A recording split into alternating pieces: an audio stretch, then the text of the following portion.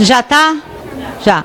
Então, né, eu sou Beatriz, sou colaboradora da Fundação do Livro Infantil Juvenil e vim apresentar Patrícia Cursino, que eu tive a honra de tê-la como minha orientadora da dissertação. E ela hoje está trazendo aqui um material fantástico que o país precisa conhecer, porque essa seara, a gente estava discutindo antes a questão da literatura dentro da escola, imagina na educação infantil. O grande desafio que a Patrícia aí abraça há anos e faz com uma competência enorme. Então vamos ter aqui o prazer. A palavra é sua. Você quer trocar? Bom, eu tenho que agradecer muito a Fundação, né? A Bia, com essa gentileza toda, que a gente nunca é orientador, né? A gente está sempre sendo orientado também, né? Mas esse projeto, na verdade, eu faço parte, eu, Fernanda Nunes da Unirio, Mônica e Vanessa da UFMG. É um projeto encomenda do MEC, né? Que desde 2013 a gente está fazendo, é um projeto grande, e que muitas coisas foram acontecendo ao longo do processo, a gente mudando o objeto, inclusive, para o MEC. Até que nós fizemos uma pesquisa sobre o que seriam práticas, boas práticas, entre aspas, de leitura e escrita na educação infantil. Justamente esse projeto ele surge quando a educação infantil não é chamada para fazer parte do PNAEC e nada é feito em termos mais amplos para a formação dos professores de educação infantil, né? Com a obrigatoriedade escolar aos 4 anos, nós começamos aí a ter uma série de indagações sobre qual é o lugar da educação infantil na formação de leitores e na própria alfabetização, né? Então essa foi e aí a nossa pesquisa evidenciou práticas na educação infantil, práticas, inclusive que eram questionadas lá no Fundamental 1, que, ou bem ou mal, o professor do Fundamental 1 tinha mais formação nessa área da leitura do que da educação infantil. Então, práticas que já não faziam mais quase no primeiro ano, presentes na pré-escola, né? Como cópias de letras, coisas assim, crianças horas fazendo coisas totalmente inadequadas há 4, 5 anos. Então nós vimos que nós não, inicialmente até era para a gente fazer um material para acompanhar os livros do PNBE, que das creches e pré-escolas, né? Depois acabou virando material de formação, um material de um curso de formação, que é esse material.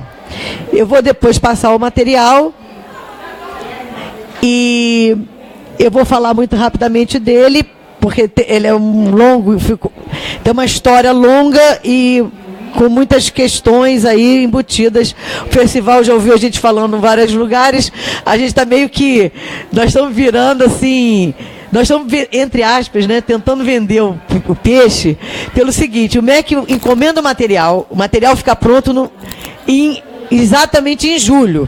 Não precisa dizer o que aconteceu em julho, o Ministério da Educação parado. Nós estamos dizendo, este é o material do MEC. Eles agora estão dizendo que é do MEC. Agora estou lembrando, o MEC financiou, é do MEC.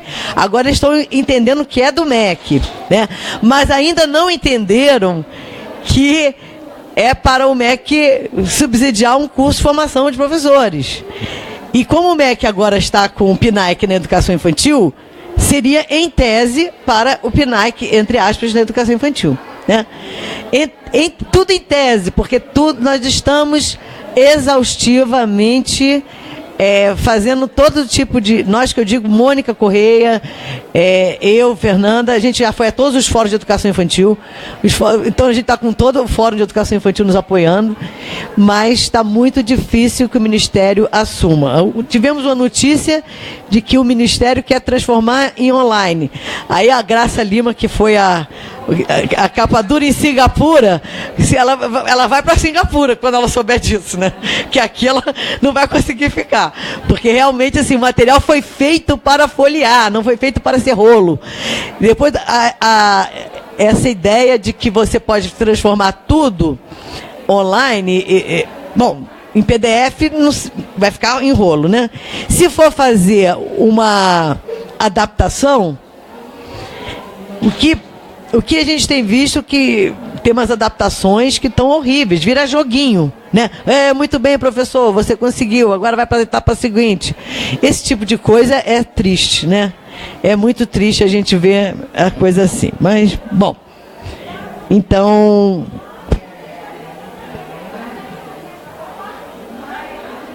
Acho que eu não estou sabendo passar isso. Não, pronto. Então, o que a educação infantil tem a ver com isso? Nós fizemos aí uma pesquisa que é uma pesquisa mais... fizemos a pesquisa Leitura Escrita na Educação Infantil, né? E vimos que... o que eu já falei, vou até passar mais rápido, né? Essa mescla de práticas espontaneístas com outras voltadas para a preparação para o ensino fundamental, mas uma preparação muito precária que a gente viu, né? Não foi uma preparação... Né? Rotinas semelhantes, rodinha, chamadinha, janela do tempo, pátio, refeitório, atividades diversificadas nas mesas, mas as professoras imbuídas de ensinar algo já pré-estabelecido, pouco espaço de interlocução e troca de saberes, perguntas lineares, enfim. Eu vou passar essa parte, porque eu quero mostrar para vocês algumas fotos, né?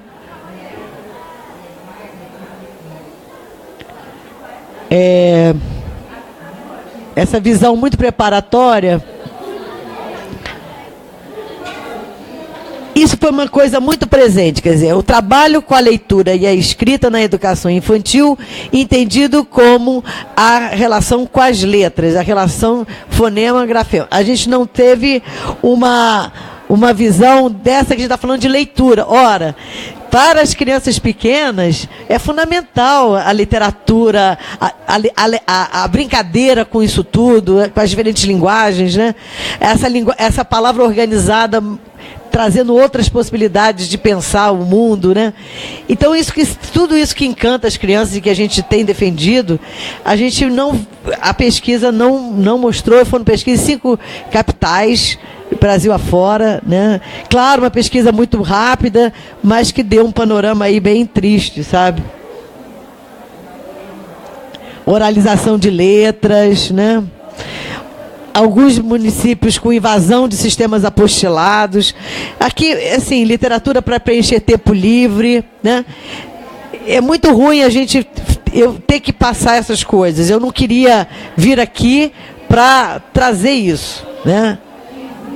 Aqui foi uma das pesquisas que foi fazer, inclusive, porque isso também a gente tem dito, você trabalhar com consciência fonológica, fazer uma brincadeira com rima, com ritmo, é interessante. Agora, qual é o tempo que isso demora e o que se faz além disso? O problema é que, às vezes, isso demora, a cópia fica horas. Então, a gente nessa pesquisa há 2 horas e 40 minutos, né, em situações de aprendizagem da escrita na pré-escola, tá? Eu não tô... Bom, e o que mostra os murais das creches e pré-escolas? Aqui um pouco para a gente ver. Tudo muito né, tudo feito pelos professores, né? Sempre tem um alfabeto que a gente não sabe qual é a função. Ele está sempre lá, pendurado, né?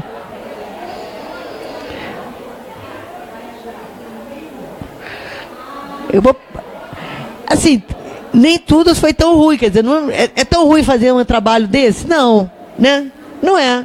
Dependendo de como a professora conduziu, não, mas não é tão ruim assim, mas... Se for fazer só isso, é muito ruim, né? Então está descontextualizado. A gente está mostrando fotos, né? Mas a visão também da numeração também, né?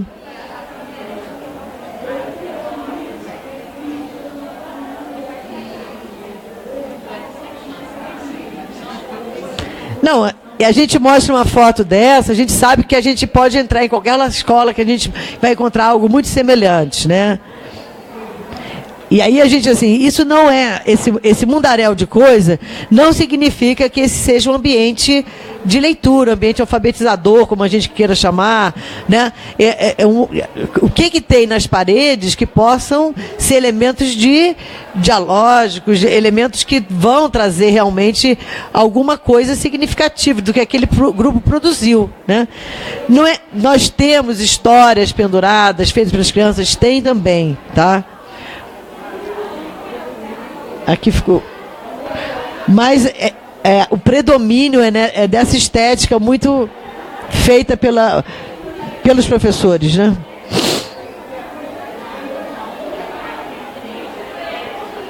Os professores fazem isso com muito carinho. Mas isso evidencia uma visão, né, de que nos murais, quem escreve nos murais, né, e o que se escreve é o adulto para um outro adulto, né?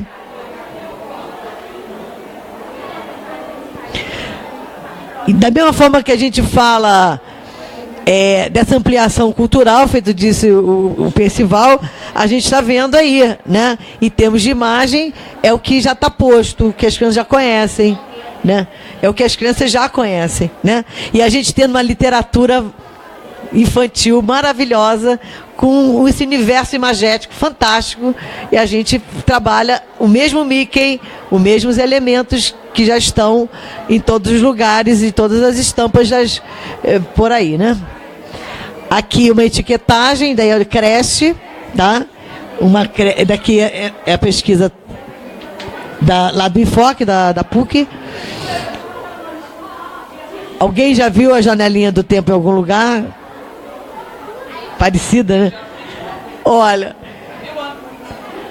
eu estudei no Marechal Hermes, quando educação infantil. E eu me lembro dessa janelinha do tempo. Olha que eu já sou velhinha, viu? Aqui é uma questão muito séria, essa questão aí, né? Dos estereótipos, né? As letras soltas. A gente foi mostrando, gente, porque olha só, quando a gente fala, assim, parece que a gente está... parece que a gente está falando de alguma coisa que a gente está exagerando, né? Mas a gente tem visto que tem muita coisa na escola que não é leitura. E como é que a gente forma leitores e desejantes de serem leitores, se a gente já está botando a letra? Não foi a mãe lá, a professora, está preocupada com A, né? Quando não está preocupada, eu quero ler a história, né? É isso, eu acho que continua isso, né? Eu vou passar. Outra coisa, olha que bonitinha, tudo organizado, mas olha como é que é a organização, né?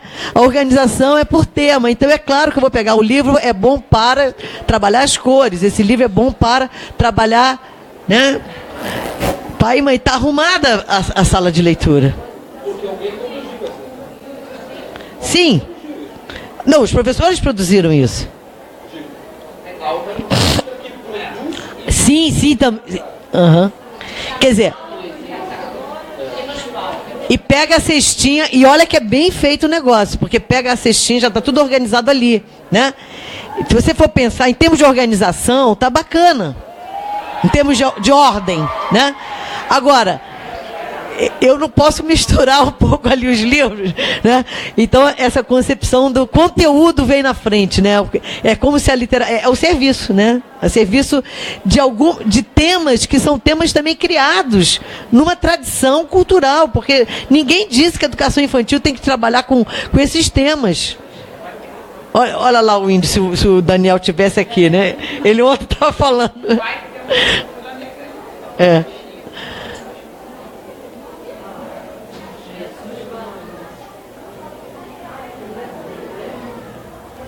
Bom, gente, eu vou passar isso aqui mais rápido. Então, como é que a gente fez, né? O que a gente foi considerando boas práticas?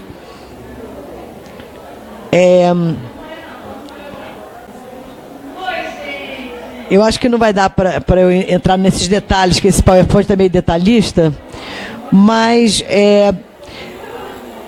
essa questão dialógica, né? Como que os textos entram em diálogo com as crianças, como é que as crianças entram em diálogo e nesse imaginário, como que a gente sabe que as crianças pequenas, elas caminham muito no lado imaginário, mas também são muito curiosas. Então, o texto informativo é muito importante, né? Mas o texto informativo como informativo, quer dizer, eu quero saber mais sobre as formigas, eu tenho que ter um livro que fale das formigas, como é que elas se organizam. Isso faz parte, né? Um menino de 4, 5 anos, ele é ávido por conhecimentos.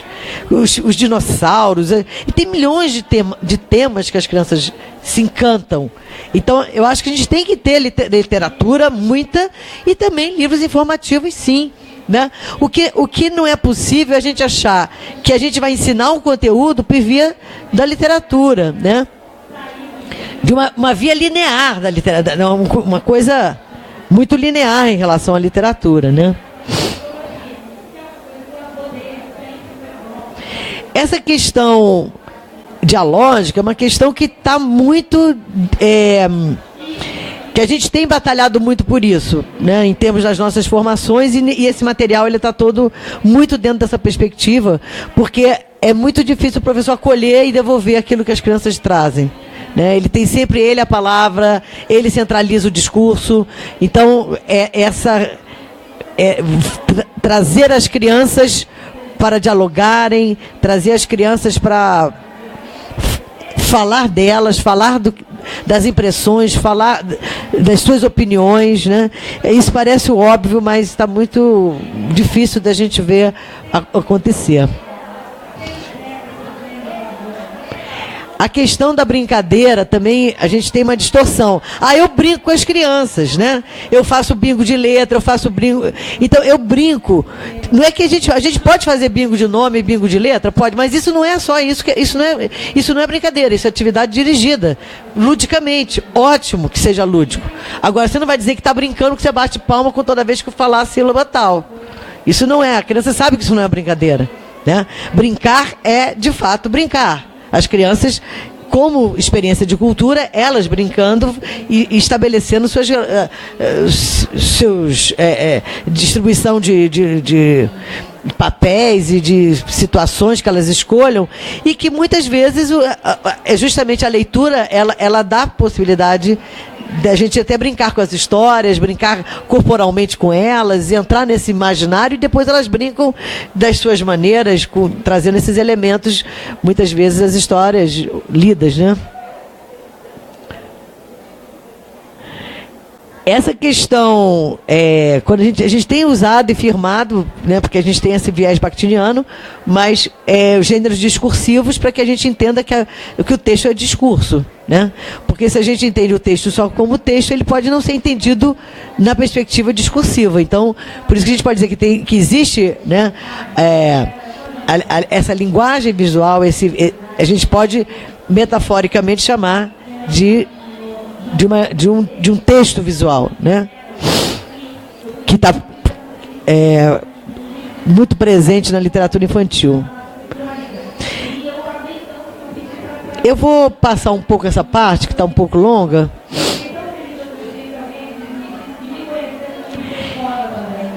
Como eu falei para vocês, isso aqui não é um curso, né? São 8 volumes, que é um curso de 120 horas de formação de professores de educação infantil na perspectiva de pensar a leitura e escrita. Então, também a gente parte do princípio, esse caderno primeiro do professor leitor, então ele tem uma atividade que é uma tertúlia literária, em que eles vão acompanhando o tempo todo o curso, leitura, e a gente sugere livros, inclusive estão em domínio público, que podem ser baixados lá do domínio público. E essa questão, então, de uma concepção docente também que parte da autonomia, quer dizer, qual é a crítica que algumas pessoas do MEC atual fizeram do material? É que ele é muito difícil. E ele é muito difícil para os professores, e os professores não vão ler isso tudo, né? Então, a gente, sinto dizer, a gente fez realmente um material que não é para um professor saber de um pouquinho mais de profundidade alguns assuntos. Não subestimando a capacidade de ser professor, entendendo que é um curso de formação. Então, ele tem um texto mais denso, que ele vai ler com mais calma, mas que vai ser discutido como a gente faz uma formação, né? Aí, concordo totalmente com... Né, nós partilhamos a mesma ideia, quer dizer, não adianta a gente achar que é uma formação rasa, porque formação rasa não leva autonomia, né? Então, a gente optou sim, né? Cada unidade tem... Cada volume desse são 3 unidades, 3 textos bem iniciais densos, com possibilidades de ampliações e propostas de trazer também as práticas para o discurso, para trabalhar coletivamente, né? A literatura é o eixo estruturante da prática pedagógica. Na educação infantil, o tempo inteiro aqui a gente trouxe a literatura.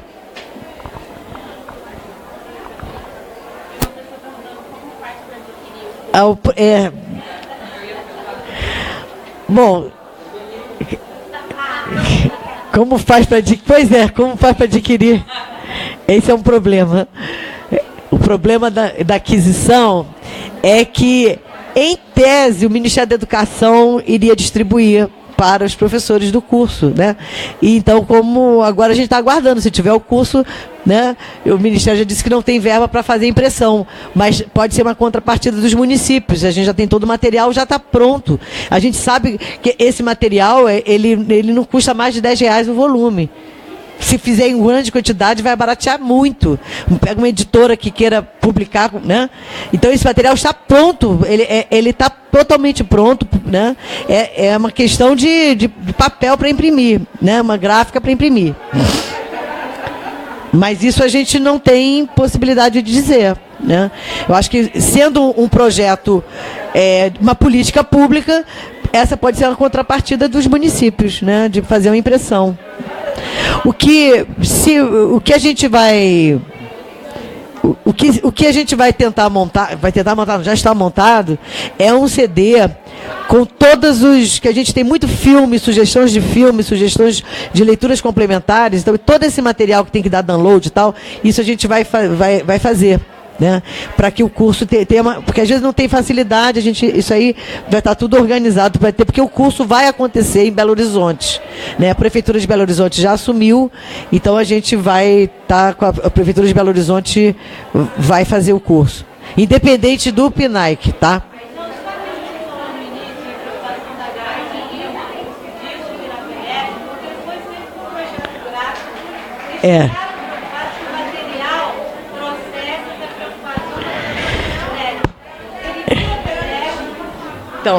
Então, nós tínhamos esse princípio que forma e conteúdo estão juntos. E, realmente, assim, foi um trabalho belíssimo feito pela Graça Lima. Ela leu o material todo, né? Aqui, as ilustrações, elas têm ilustrações que foram feitas para o material e ilustrações do Roger Mello e da Mariana Massarani e da própria Graça, de outras obras. Então, a gente olha, a gente lembra que as outras obras, por exemplo, aqui abre com o Cavalinho Azul, da Ana Maria Machado, da Maria Clara Machado. Vou passar aqui, ó. Bom, eu vou passar isso aqui, gente, vou passar isso aqui porque... né? Seria uma proposta, é uma proposta de um curso, né? De 120 horas.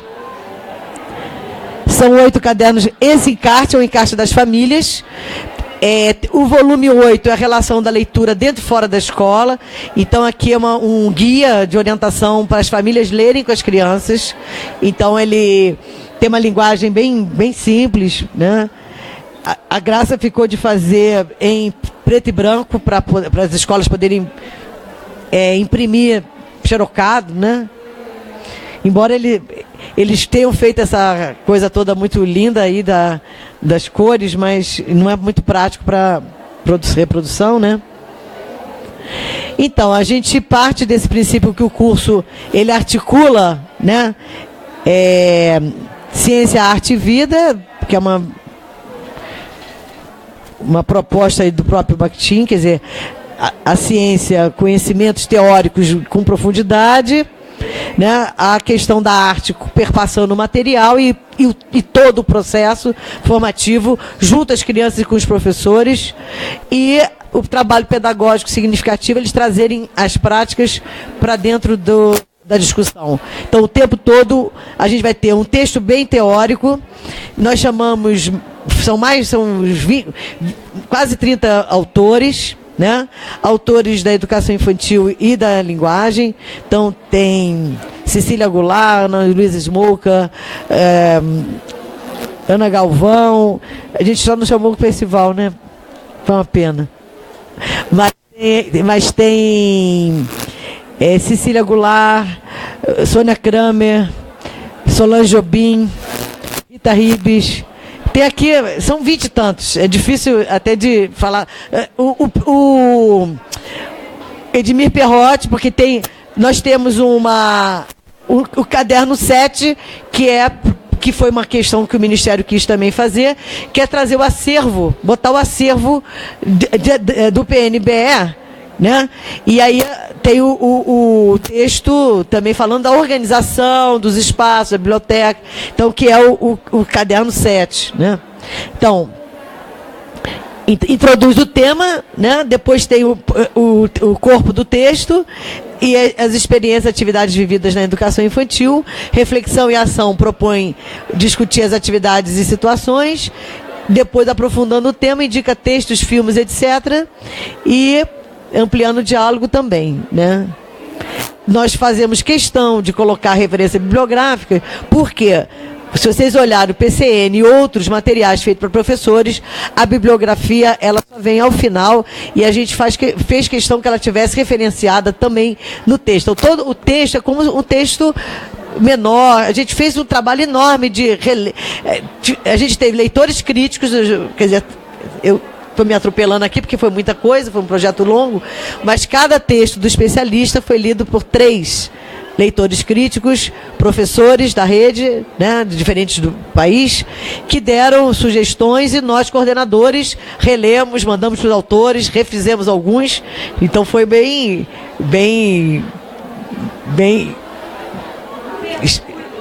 extenso o negócio, né? Teve texto que a gente não botou, né, que a gente não vai dizer, mas a gente não botou, né? Então, caderno 1 começa com Cavalinho Azul, aí, da Maria Clara Machado. Leitura e escrita na educação infantil, é um caderno de apresentação. Aí vocês têm aí dentro do caderno é o João por um Fio, né? Ser docente de educação infantil, entre o ensinar e o aprender. Aqui são os autores. Caderno 2, ser criança na educação infantil, infância e linguagem.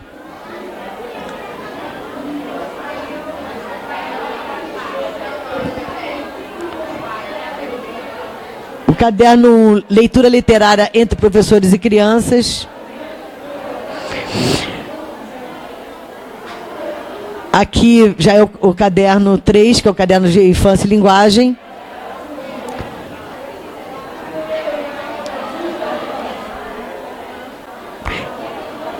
Então, linguagem oral e linguagem escrita na educação infantil, práticas e interações. Ana Galvão, Cecília Goulart, Adriana Santos da Mata e Ana Luísa Smolka, com a aluna dela, que não botamos. Bebês como leitores e autores, Maria Emília Lopes, Daniela Guimarães, tem outro da Maria Emília. Aliás, Simone, a Maria Emília veio, não sei se vocês viram, ficou precioso a roda com a Maria Emília. Eu até, assim, eu acho que a gente devia fazer só o que a Maria Emília falou, independente, daria-se um material maravilhoso.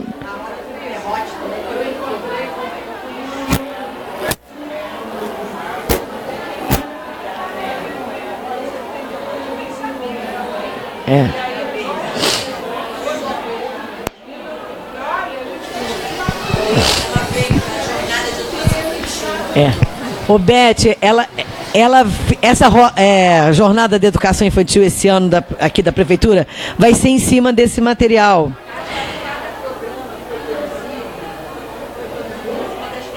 Das temáticas. E Maria Emília fez uma fala, mas o que eu estou falando é o seguinte, foi assim, emocionante a fala que ela fez. E que o pessoal nem quis perguntar muito, né? Quis deixar ela falando, né? E como ela falou mais do que vai ter que fazer a edição, eu acho que valeria pegar a fala dela lá, né?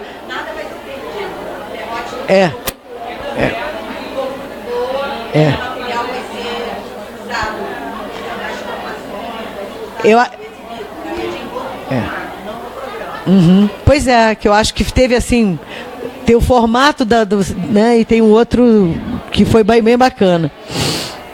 Então, aqui é o caderno 5, a gente fez um texto, o grupo, né? Tem esse texto da Tereza Colomé, os professores, eles adoraram, acho que ficou realmente muito interessante. Ela vai fazendo uma categorização dos livros e ficou bem interessante. O da Ana Teberotti, que também tem uma parte com a Angélica Sepúlveda, né? Bom, pois é. Então, enfim, o caderno 4, o caderno 5 tem aqui algumas imagens. Aqui é do Vizinho e Vizinha, né? Aquela biblioteca do Vizinho e Vizinha. O caderno 6, Currículo e Linguagem na Educação Infantil, uma discussão curricular. Tem texto da Sônia, da Zilma, da Silva, enfim. Livros infantis, acervos, espaços e mediações. A gente traz aí a questão que eu falava dos livros na Edmir Perrotti, falando dos espaços do livro, né? Biblioteca infantil.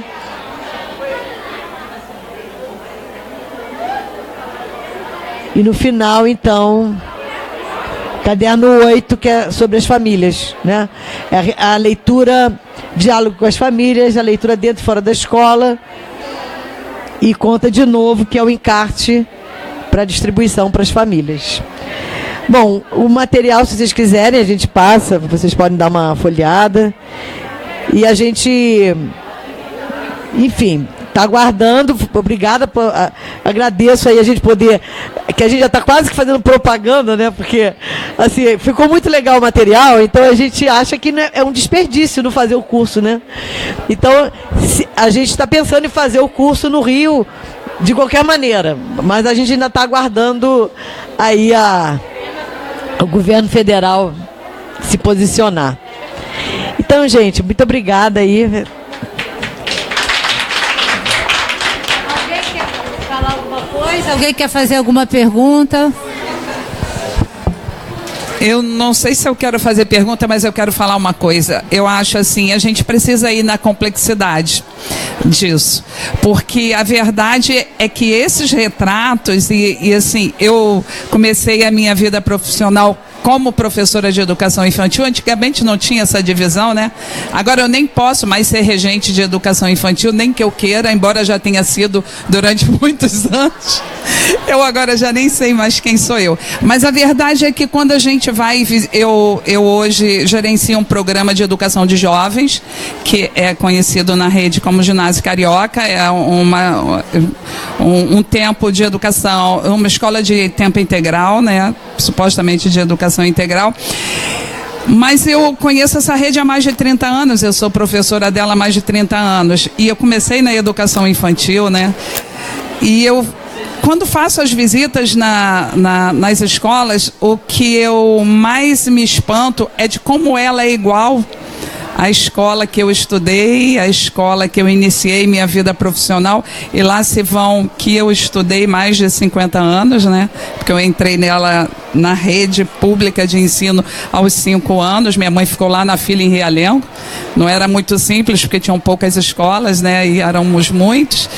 E hoje a gente abre a porta da escola mesmo diante de tantas supostas inovações e a gente vê as mesmas coisas. E o pior não é ver as mesmas coisas, porque se a gente tivesse esse olhar bondoso, a gente podia pensar, não, mas é porque isso aqui até é legal, Patrícia, mas eu acho que nem é legal, que se eu pego, por exemplo, você mostrou ali várias cenas de alfabetários e de relações, fonemas, grafemas, assim, que supostamente, na melhor das hipóteses, estaria talvez antecipando uma situação de alfabetização, mas quando você confronta os dados dos alunos que estão nos anos de escolaridade de alfabetização, que frequentaram a educação infantil, você vê que nem isso faz nenhum sentido.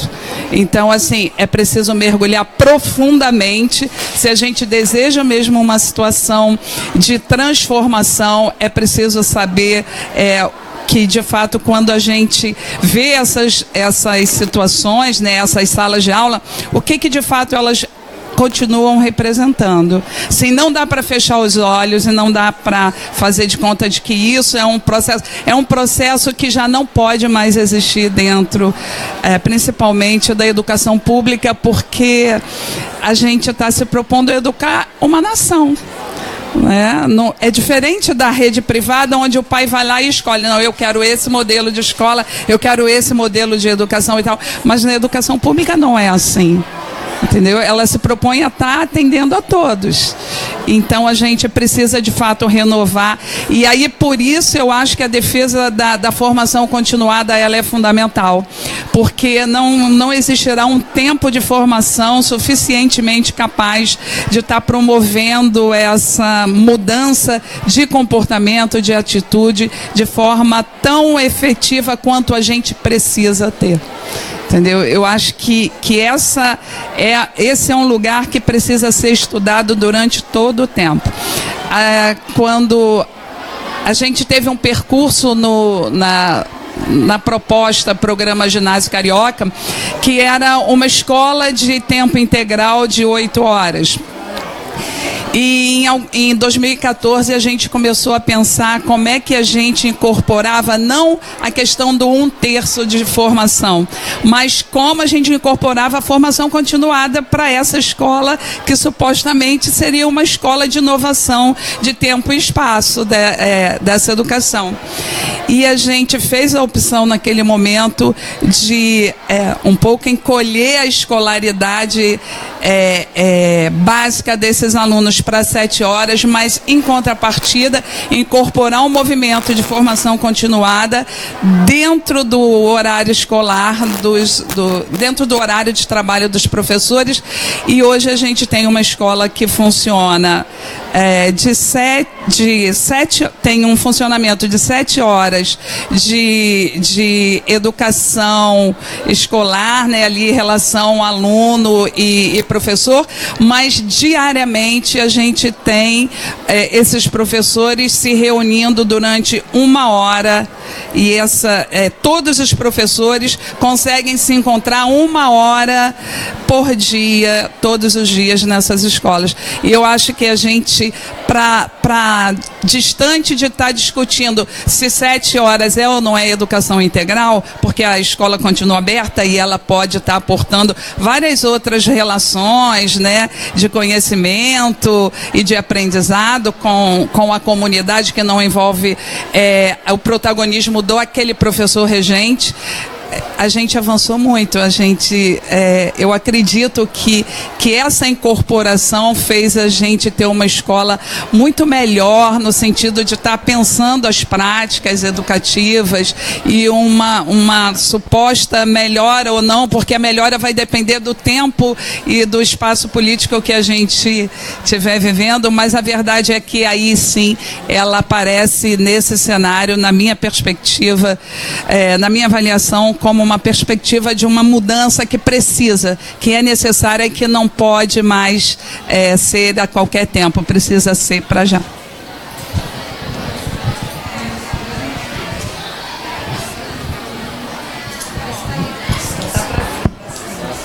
Ela desligou. Patrícia, eu vou fazer umas pequenas observações, se você me permite. A primeira delas, talvez a mais antipática. Eu acho muito bom que publique em PDF. Né? Vou deixar muito clara a minha opinião. Acho muito, muito bom que o material esteja disponível em PDF. Ou Flipchart, que seria mais sofisticado ainda. Tá. Muito bem. O PDF é uma leitura estática, é uma leitura da cultura livresca. Né? Ele não é uma leitura da cultura eletrônica propriamente ainda. E ele de fato daria a possibilidade das pessoas terem um livro. O que eu acho que a gente tem que discutir não é se põe em PDF, tem de publicar. É diferente a discussão. O dispor em PDF não precisa. Isto não significa que não se publique e não se faça a versão impressa. E acho que essa deve ser uma política maior. A outra é o seguinte: vocês não querem publicar, então autorizem que uma editora publique. Porque também é uma forma de tornar acessível o texto. Né? A questão da autorização, Percival, é que a gente não... A questão o MEC, eu não sei nem como é que foi feito o PCN, por exemplo. Eu sei que eles depois foram publicados por uma editora. Mas tudo que se produz para o MEC, você pode olhar, tem que sair o selo Brasil e MEC. Sim, mas eles pode... não é comercial. Não, mas pode, uma editora pode... O problema da editora é que ela pode publicar, mas ela não terá direito autoral restrito. Então ela pode publicar, mas vai estar na internet, outros poderão publicar. Mas a Autêntica, aquela série de livros do CEL, por exemplo, a Autêntica publicou, e a versão em PDF é escrita Autêntica, inclusive. Foi um negócio que eles fizeram na época com a editora. Mas enfim, isso era o menor. Essa questão que eu quis dizer é o seguinte: é só que a gente não entrar com esse discurso, não pode botar em PDF. Acho que o PDF é maravilhoso, é necessário. Por mais que a gente publicasse, o PDF continua sendo necessário, mesmo considerando isso tudo. Então essa é uma coisa. Agora eu quero dizer outra coisa que é mais importante, porque isso não é o difícil. Eles não acham difícil. É falso esse argumento. Eles não acham prático, útil, necessário. Mas dizer que isso não é prático, útil ou necessário é muito pegar mal. Então eu digo que é difícil. E repara que quando eles dizem que é difícil, eles trazem embutido o preconceito. Não é difícil para eles, é difícil para o professor. Tá vendo? Porque aí está embutido o preconceito. E não é propriamente um preconceito. Os preconceitos sempre são baseados na realidade. O professor não tem condição de ler isso mesmo, na sua grande maioria. Infelizmente, os nossos professores da educação básica são submetidos a processos de formação escolar e não escolar e de vivência social, que por uma parte significativa deles, qualquer leitura é muito difícil. Uma leitura consolidada, estruturada, fundamentada de diálogo é mais difícil. Por isso tem que ter formação. Por isso tem que ter formação. Quer dizer, é difícil para o professor sem formação. Pronto, é isso mesmo. É difícil mesmo nesse sentido de... Mas não é difícil porque é difícil. Infelizmente, os nossos professores foram privados da possibilidade de formar-se. Na história de vida da classe, do segmento social, inclusive do segmento social que é hoje recrutado para ser professor, que são segmentos sociais pobres, com pouco acesso à cultura, com pouco acesso à formação, e que veem na educação uma alternativa de se arranjar na vida, de se acertar, não arranjar negativamente. Não tem formação, não, por isso tem que ter esse material. E o material respeita o outro, porque respeitar o outro não é fazer, vou fazer o banal para você, vou fazer a porcaria porque você é porcaria. Ao contrário, eu vou fazer procurando diálogo, né? Vou fazer algo que te oferece formação. O problema é que esta formação não interessa para o modelo de educação atual. Essa formação está errada para este modelo de educação. A formação que interessa é a que treina, que habilita para o domínio e o controle da criancinha, para o treinamento, para a eficiência. E a eficiência é fazer com que os índices de alfabetização e os índices de produtividade e de adequação e de funcionabilidade funcionam melhores. E nós caímos nesses índices, porque estamos o tempo inteiro discutindo. E no argumento do Pinay, por exemplo, fala, parem com isso, mas só eu falo sozinho. Argumento, olha que o Pinay é bom, melhorou o IDEB de não sei de onde. Isso não é argumento deles. Melhorar o IDEB não é argumento suficiente. Melhorou o índice da ANA, é argumento deles, está no jogo deles, na sociedade parametrizada, calculada, medida. Então a gente não tem nem que dizer não é difícil. É respeitoso, é sério. E você está dizendo que é difícil, não porque você acha difícil, mas porque você menospreza o professor e tem como alternativa uma concepção de educação medíocre, banal, utilitária e pragmática. Essa que é a questão do fundo difícil. Eu tenho usado isso até para leitura, porque eu tenho insistido isso com as pessoas falam. Na minha aula outro dia eu estava dando no mestrado. Só que aí eu vou usar o difícil. Mandei ler a dor. Vem uma aluna e fala, ai, não li, é difícil. Não, é chato. Ela falou, é chato. Esse texto é muito chato. Eu falei, chato não. É difícil se você não quis ler. Porque o argumento muito bom é dizer que é chato. E a gente na escola repete isso. E vai para as nossas crianças no ensino médio e diz que Machado de Assis é chato. Quanto tempo que eu ouço esse boato. Ai, mas uma criança, um jovem está Machado de Assis é muito chato, tem que dar o que ele gosta. Chato não, é difícil. Só que dizer, eu não dou conta, eu não consigo ler, eu não consigo entrar, eu não entro no jogo. É tão deprimente dizer isso, né? É tão mediocrizante eu assumir em público que eu sou um ninguém. Então eu uso o argumento que virou moda.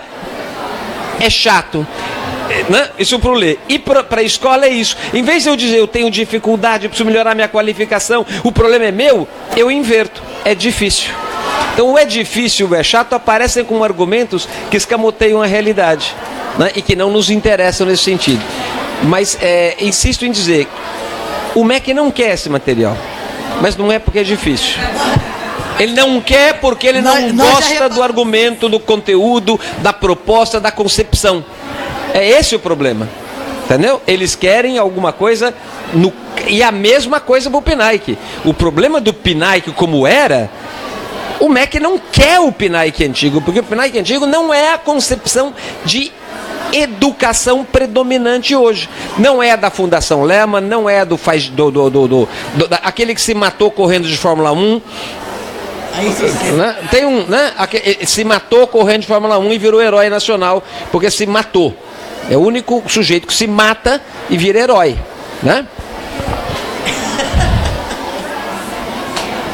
Não é herói de nada. Herói de nada. Mas enfim, então era isso. Esse que era o conteúdo, porque outra coisa era pouco importante. Não, eu acho que você tem toda a razão quando a gente ouve de pessoas que estão... Porque hoje quem está no MEC são executivos que fizeram curso em Harvard, entendeu? Que tem 30 anos e que dão altas explicações sobre tudo, né? Então, então a hora que a menina jovem chegou e falou assim, mas isso aqui é muito difícil... Eu olhei pra Mônica e falei assim, não tô acreditando do que eu tô ouvindo, sabe? Não dá, sabe aquela coisa assim? É difícil, né? Mas é dentro dessa perspectiva. Porque sem você entender a concepção de infância, de linguagem, que é difícil nesse sentido, porque filosofia é muito difícil, no sentido de fazer pensar, né? Sim, no sentido positivo do termo. Então, se eu vou pensar a linguagem numa perspectiva dialógico-discursiva, eu estou pensando no que a linguagem me constitui. Que linguagem não é uma área do conhecimento. A linguagem não é ir lá fazer um deverzinho. Isso não é linguagem, né? Isso é tão pequeno para falar do que se pode fazer, né? Então, quando você vai... né, porque como a gente vai pensar a leitura para os bebês? Você tem que ter muito mais, um entendimento muito mais filosófico dessas molduras narrativas, né? Dessas questões simbólicas que vão constituindo esse bebê de uma forma muito elementar inicialmente, mas a criança vai percebendo a sonoridade, que as palavras têm várias, né, franjas, né? A linguagem não serve só para informar, ela serve para tantas coisas, né? E a criança vai percebendo essas diferenças, mas isso você precisa saber que quando a criança começa a folhear o livro e começa a olhar e apontar, quando ela começa a identificar alguma coisa ali, ela já não quer mais do que o livro seja só um objeto de morder. Ali já tem alguma coisa sendo acontecendo, né, entre a criança e aquele objeto. Então eu acho que a gente explicar tudo isso, que não é uma explicação, é muita leitura, exige muita discussão, né, e trabalho. Quer dizer, eu estudo aqui presencialmente, vou para minha sala, faço alguma coisa, trago para discutir o que eu fiz, porque esse a proposta, né? Não é uma proposta de só uma leitura densa, mas é uma leitura que vai se articular com o meu cotidiano, o que isso implica, né? Então é um pouco isso. Acho que a gente tem aí que encerrar em função do da próxima mesa. Agradeço aí a possibilidade de estar falando sobre esse material, que não é um material, né? É um curso de formação, né? Eu acho que ele sozinho ele não é a proposta, né? A dimensão é ser um curso de formação, né? De professores que estão na prática cotidiana, se indagando, querendo melhorar o que fazem, né? E eu acho que a gente tem uma função, e a educação infantil é muito importante nessa imersão da criança mesmo, nessa cultura escrita, que começa desde muito cedo, né? Por isso que eu falo, são 2, 3 anos para quê? Para sistematizar um processo que tem que ter começado antes, né? De saber por que se escreve, para que se escreve, entrada numa outra linguagem, fazer uso de uma linguagem, como diz o Vygotsky, é uma ferramenta fantástica de pensamento, de ação no mundo, que não é uma coisa simples, mas quando ele se apropria dessa linguagem, né, ele tem um mundo, outro se abre, né? Não há dúvida que é um mundo que se abre diferenciado. Então, muito obrigada.